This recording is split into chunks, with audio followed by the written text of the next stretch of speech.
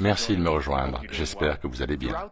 Pendant les XIVe et XVe siècles, l'Arctique, le pôle Nord, n'était pas considéré comme recouvert d'une calotte glaciaire inhabitable, comme le prétendent aujourd'hui les scientifiques et cartographistes, mais plutôt comme une série d'îles circulaires, le nombre de ces îles variant selon les cartes, bien que des similarités frappantes soient observées, même sur des cartes réalisées à différents endroits très éloignés les uns des autres.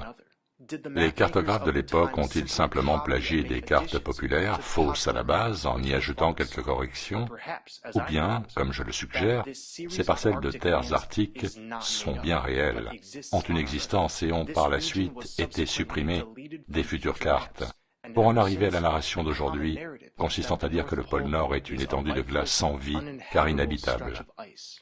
Voici une courte présentation de ces cartes, de ce qu'elles nous disent et de leurs liens entre elles.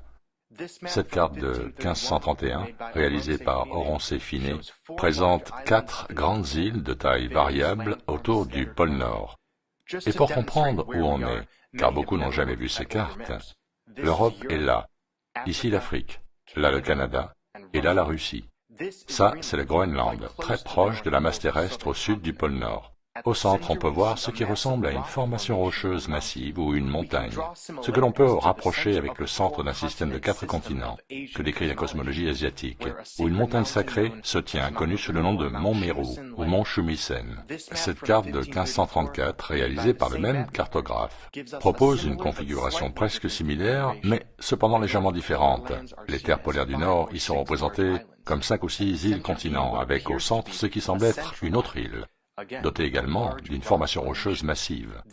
Ça, c'est le Groenland, ça, c'est la Scandinavie, l'Islande et le Canada. Cette carte est de 1594, réalisée par Cornelius de Jose.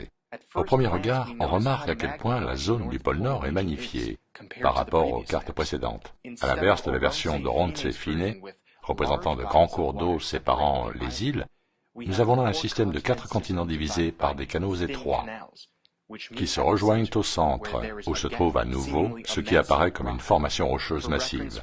Pour référence, le Groenland est là, la Scandinavie, l'Islande et le Canada. Cette carte également de 1594, réalisée par Petrus Plancius, montre les mêmes 4 continents, mais séparés par l'hémisphère. La mer intérieure, au point de jonction des 4 rivières, est très prononcée, et là aussi, on ne peut que s'émerveiller de l'ampleur de ce système et de ce qui pourrait être ce qu'on appelle les terres de l'au-delà. Cette carte de 1595 de Gérard Mercator nous propose un gros plan de ce système. En petits caractères est écrit « Rupes nigra ad altissima », l'immense rocher noir au centre.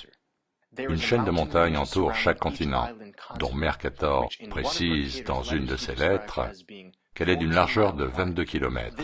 Voici une version de 1608.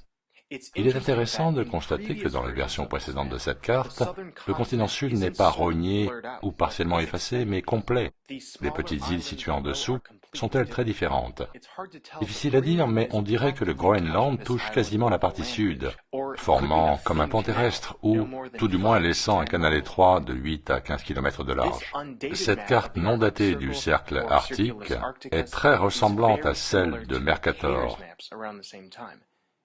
excepté qu'aucun rocher magnétique, ni de cours d'eau, n'y sont représentés, séparant la masse terrestre centrale, c'est juste un continent. Le nom Hyperborée, donné à ce continent, fait référence à l'Hyperborée de la mythologie grecque, lieu paradisiaque aux confins du monde. Le Groenland y est nommé Eloxoa. À droite se trouve Scythia, et c'est aussi intéressant car au IVe siècle avant l'ère chrétienne, Aristote écrivit au sujet de l'Hyperborée qu'elle se trouvait au-delà des montagnes riphéennes bordant Scythia, bien qu'aucune topographie n'apparaît sur cette carte. Voici une carte japonaise non datée et sans nom, remontant probablement à la moitié du XVIe siècle. La région arctique, représentée sur les 2 hémisphères, apparaît comme étant l'extrémité de 4 masses terrestres.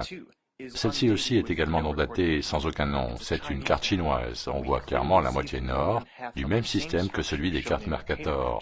Mer intérieure, division de la masse par des cours d'eau, masse rocheuse au centre.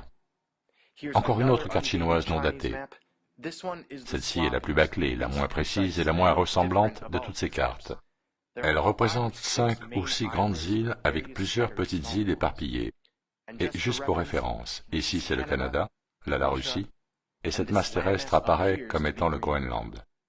Cette carte de 1567 d'Abraham Ortelius montre au pôle Nord 2 des 4 îles continents et indique, comme la carte Mercator, un Groenland très proche comme faisant un pont terrestre ou juste séparé de l'île sud par un étroit canal.